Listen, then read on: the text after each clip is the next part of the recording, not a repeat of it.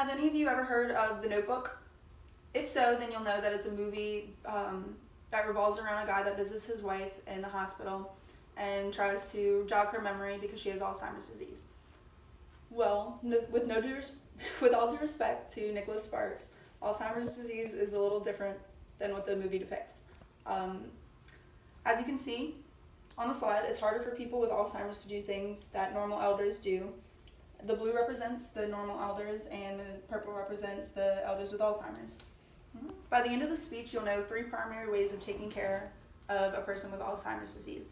Those 3 ways are reducing their frustrations, being flexible, and creating a safe environment for them. 5.7 million Americans get diagnosed with Alzheimer's disease, so it's likely that in your life that you'll have someone around you that you might have to take care of with it. The first step is to reduce their frustrations. You can do this by maintaining a schedule.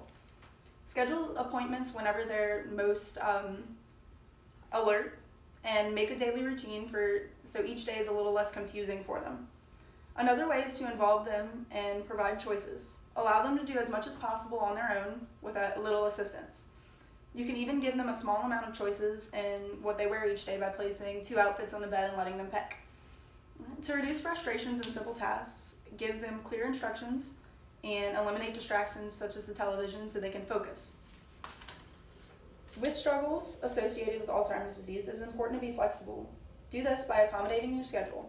I know it may be a little harder to accommodate your own schedule to somebody else's, but just allow a little extra time for them to complete their tasks since it's a little harder for them to do so. And follow their daily routine instead of your own. You can also accommodate to their needs as well. They rely on you as their Alzheimer's progresses, and if they insist on wearing a certain outfit, buy them an extra so you won't have to wash it every day. But you must remember that Alzheimer's disease changes a person's behaviors, so you have to be patient and listen to them and understand everything that they're going through. Comfortability of the loved one is very important, but so is the physical safety. As a caretaker, you must create a safe environment for a loved one. Educate yourself on the topic. Do research, and never be afraid to ask for help from family members or even medical professions if you don't know what you're doing. People's judgment can be impaired with Alzheimer's disease, so this might make things a little more unsafe for them, so you can help them out by removing clutter from around the house so they don't trip and fall, or even adding handrails so they can get around safely. They are also at high risk of hurting themselves.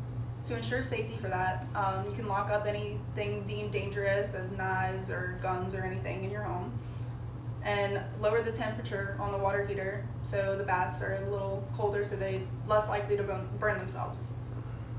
In conclusion, I've described a few ways that can help you take care of a loved one with Alzheimer's, such as reducing their frustrations, being flexible, and creating a safe environment. Knowing this can help you prepare for the future, and I hope that I've been able to give you more insight into Alzheimer's disease than the Notebook ever could.